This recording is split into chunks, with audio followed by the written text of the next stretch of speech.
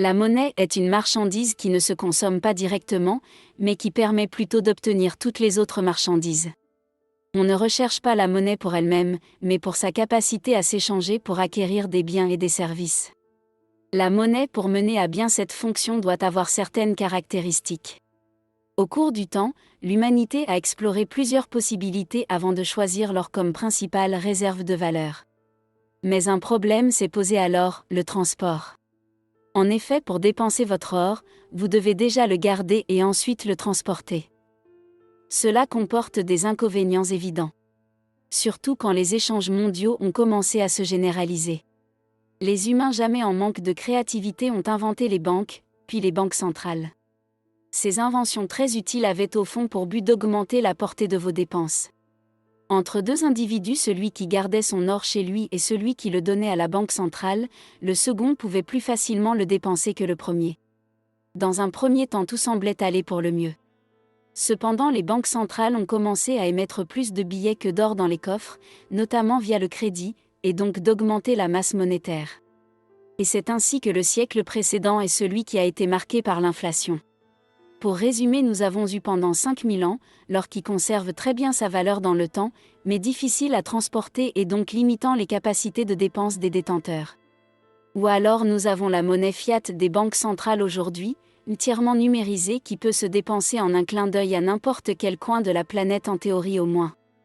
Mais dont la quantité ne cesse d'augmenter suite aux politiques monétaires des États. Et qui donc perd en valeur au fil du temps et ne remplit plus son rôle de réserve de valeur. Il nous faudrait une monnaie à la fois dure comme l'or et transportable instantanément comme le dollar. Cette monnaie existe et s'appelle le Bitcoin. Nous allons maintenant tenter d'expliquer comment cette prouesse est possible.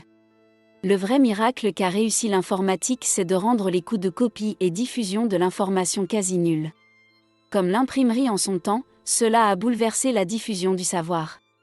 Mais cela paradoxalement ne favorisa pas les échanges monétaires par le biais du numérique. Si j'ai une quelconque information sur ma machine et que je veux la partager, je peux le faire sans souci.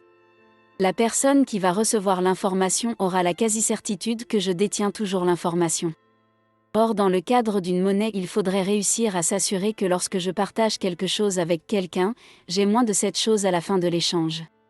Effectivement, dans le monde physique, si Alice possède 10 pièces d'or et donne une pièce d'or à Bob, on a besoin de personne pour vérifier qu'à la fin de l'échange, Alice possède 9 pièces d'or et Bob une seule. Pour réaliser la même chose en informatique, il faudrait forcer un déplacement de l'information et pas simplement une copie. Il faudrait réussir à faire un coupé-coller au lieu d'un copier-coller qui est le fonctionnement par défaut et qui ne pose aucun problème, quand l'information à partager c'est du savoir scientifique, des images ou des vidéos.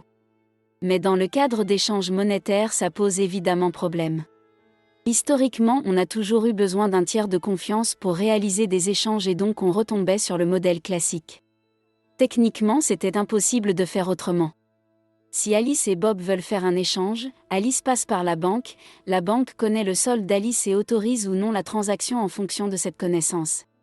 La banque d'Alice prévient donc la banque de Bob, envoie les fonds et la banque de Bob peut incrémenter le solde de son compte.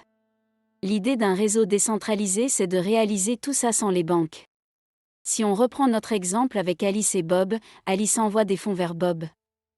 Alice possède un wallet avec une paire clé publique clé privée, elle va signer la transaction vers Bob avec sa clé privée.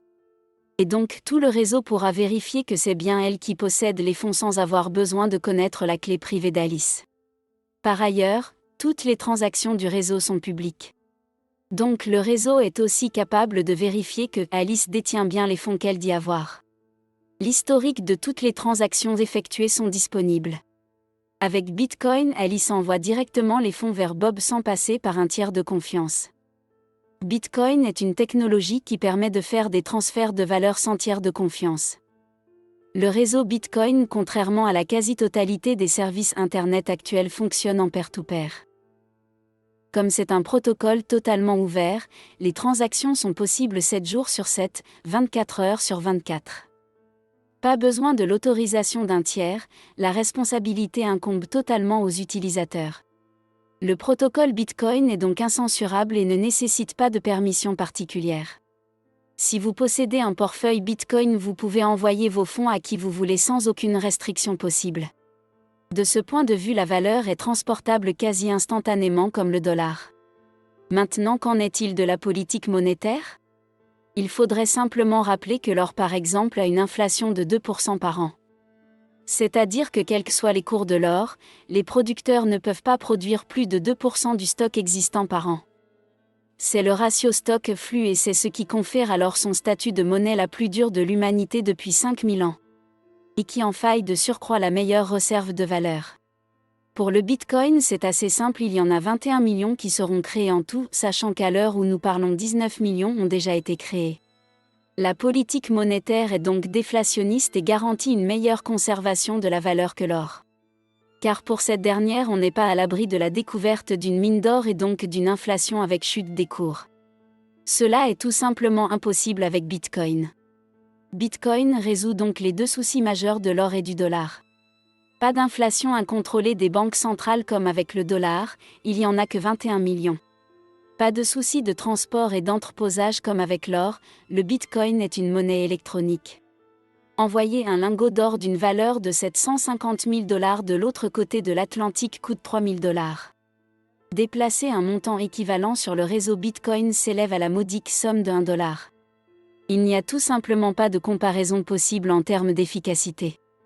Aujourd'hui, les États se financent par la création monétaire comme nous l'avons vu dans nos précédentes vidéos, malheureusement au détriment de leurs citoyens. Cette augmentation de la masse monétaire accroît artificiellement la masse de l'État dans l'économie et permet à ce dernier d'être un État-providence. C'est-à-dire de materner sa population, mais aussi de financer des conflits de plus en plus meurtriers. Le siècle dernier est là pour l'attester. Si jamais le Bitcoin devient la principale monnaie pour faire les échanges, la politique des États va grandement devoir s'adapter.